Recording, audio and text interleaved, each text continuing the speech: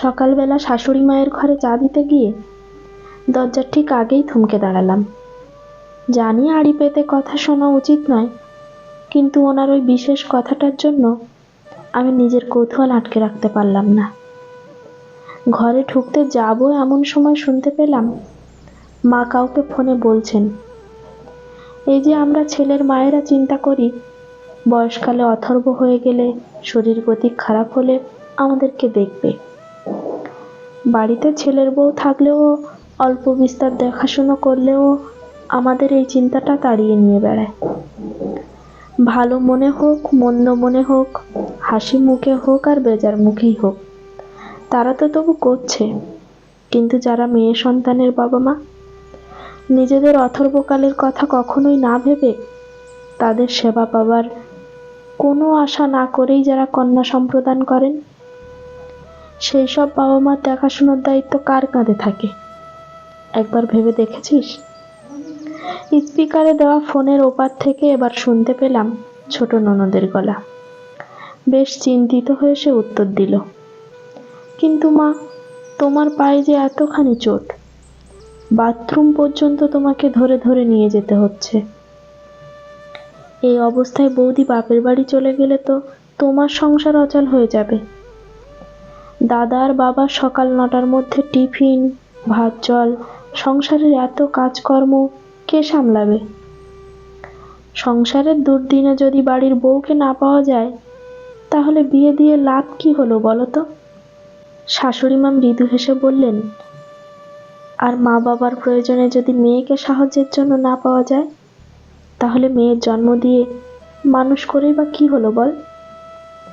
যাই হোক, তোর সকালের ফোনে খবর নিয়ে দায়িত্ব সারা হয়ে গেল তো, এবার রাখ। শরীরটা ভালো নেই, সকাল সকাল এত বকতে ভালো লাগছে না আমার। শাশুড়ি মায়ের কথায় আমি অবাক হয়ে গেলাম। বিয়ের পর থেকে এ বাড়িতে একমাত্র এই মানুষটাকে যত দেখছি তত আশ্চর্য হয়ে যাচ্ছি।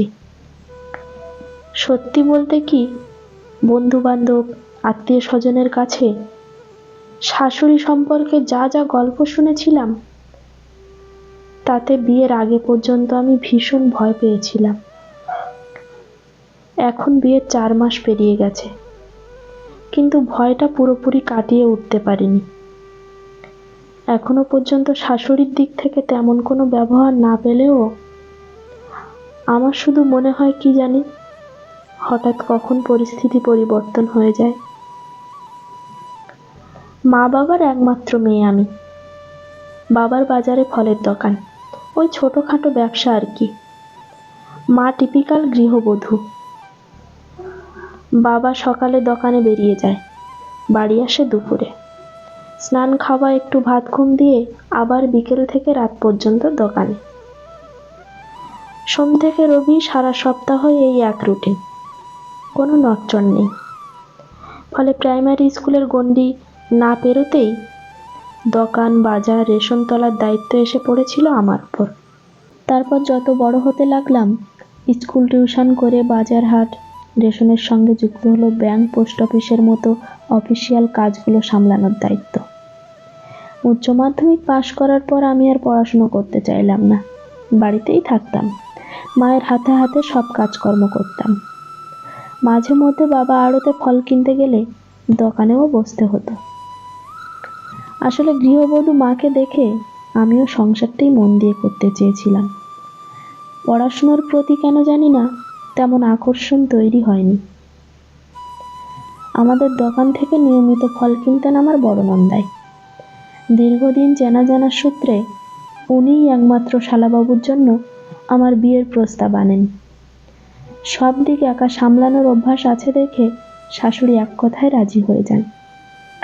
তবে ও বাড়িতে গিয়ে পর্যন্ত ঘরের কাজ ছাড়া বাইরের কিছু সামলানোর দায়িত্ব আমাকে দেওয়া হয়নি।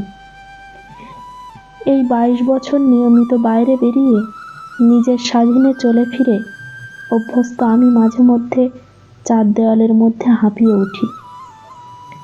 ইচ্ছে হয় আগের মতো মাঝে মধ্যে মন খুলে বাজার করতে, পেট কানকো দেখে শুনে মাছ কিনতে, মায়ের পছন্দের মিষ্টিটা কিনে নিয়ে যেতে। বিকেলে একটু মুখরোচক কিছু খেতে। কিন্তু সদ্য বিয়ে হয়ে এসে এসব প্রসঙ্গ তুলতে অস্বস্তি হয় খুব। তাই 4 মাসে 2 বার বাপের বাড়ি যাওয়া ছাড়া আর কোথাও আলাদা করে বেরোনো হয়নি।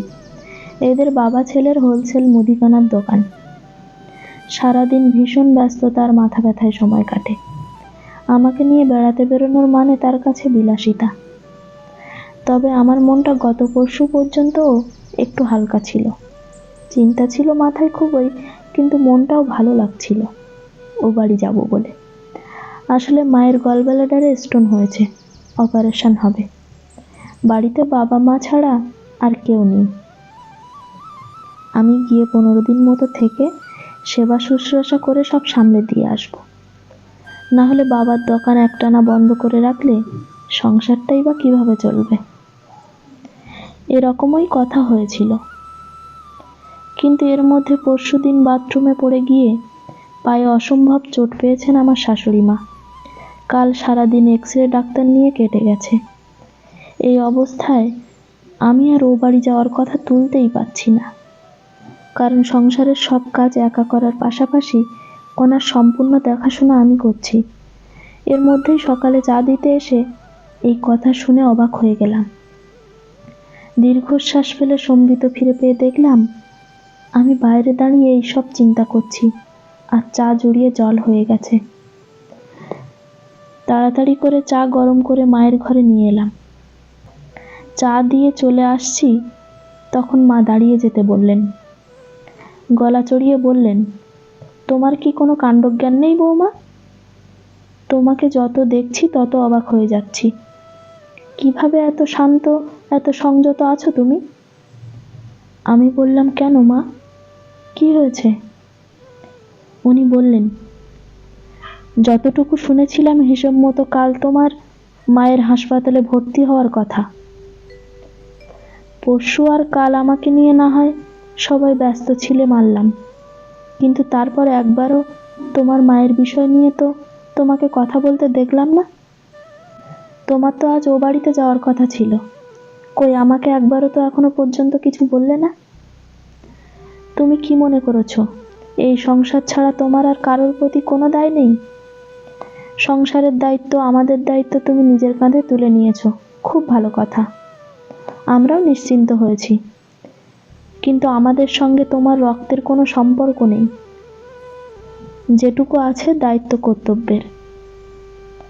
মাত্র 4 মাস হলো তুমি এ বাড়িতে এসেছো। এর মধ্যে আমাদের প্রতি যে তোমার গভীর ভালোবাসা জন্মে গেছে এমনটাও নয়। সে মায়া, সে ভালোবাসা তৈরি হতে সময় লাগে, বিনিময় লাগে। তাহলে কি আমি এটাই ধরে নেব যে দায়িত্ব কর্তব্যের জালে বাধা পড়ে তুমি তোমার আপন বাবা মায়ের প্রতি কর্তব্য করতে অসুবিধায় পড়ে যাচ্ছ? তুমি তাদের একমাত্র মেয়ে। তোমার এমন ছাড়া ছাড়া মনোভাব তো ভালো দেখায় না বৌমা। ধমক খেয়ে আমি চোখ ভর্তি জল নিয়ে ওনার দিকে মুখ তুলে আশ্চর্য হয়ে তাকালাম।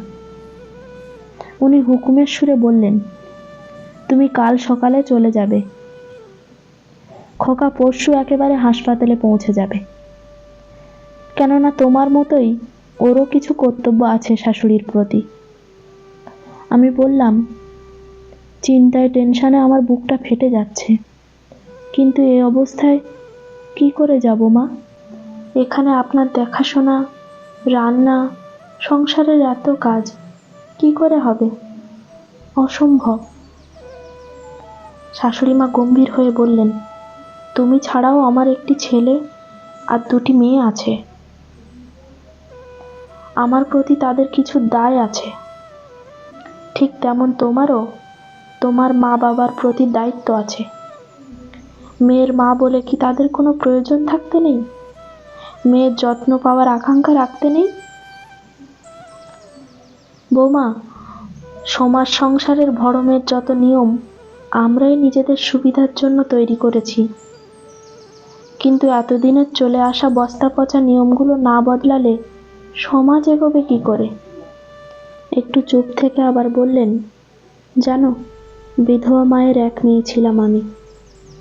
তার আপদ বিপদ দায় ধায়ে আমি কখনো যেতে পারিনি। কষ্ট পেতাম, কাঁদতাম, কিন্তু তোমার ঠাকুমা শাশুড়ি আমাকে মন থেকে কোনোদিন ছাড়েনি। শেষ সময়ে মাকে নিজের কাছে রাখতে পর্যন্ত পারলাম না। মানুষটা একটু জল না পেয়ে চলে গেল। অথচ জানো, তার যাবতীয় সম্পত্তি এক মেয়ে হিসেবে আমি পেয়েছি। এই যে বাড়ি, এটা আমার মায়ের বাড়ি। মেয়ের মায়ের সম্পদের অধিকার নিতে এদের বাধেনি, কিন্তু কর্তব্য করতে মন চায়নি। আমি চাই না যে যন্ত্রণা, যে আফসোস আমি ভোগ করেছি, সেই দুর্ভোগ তোমারও হোক। আমাকে কোনো কথা বলার সুযোগ না দিয়ে উনি বড় মেয়েকে ফোন করলেন। বললেন, শোন, বৌমা এখন দিন 10 বাপের বাড়ি থাকবে। ওর মায়ের অপারেশন আছে। তোরা 2 বোন কিছুদিন করে আমার কাছে যদি এসে থাকিস, খুব উপকার হয়। পাশেই বসে থাকার দরুন শুনতে পেলাম ননদ বলছে, মা বুঝতে পারছি এ সময় তোমার কাছে আমাদের যাওয়া উচিত, কিন্তু তুলির সামনে পরীক্ষা।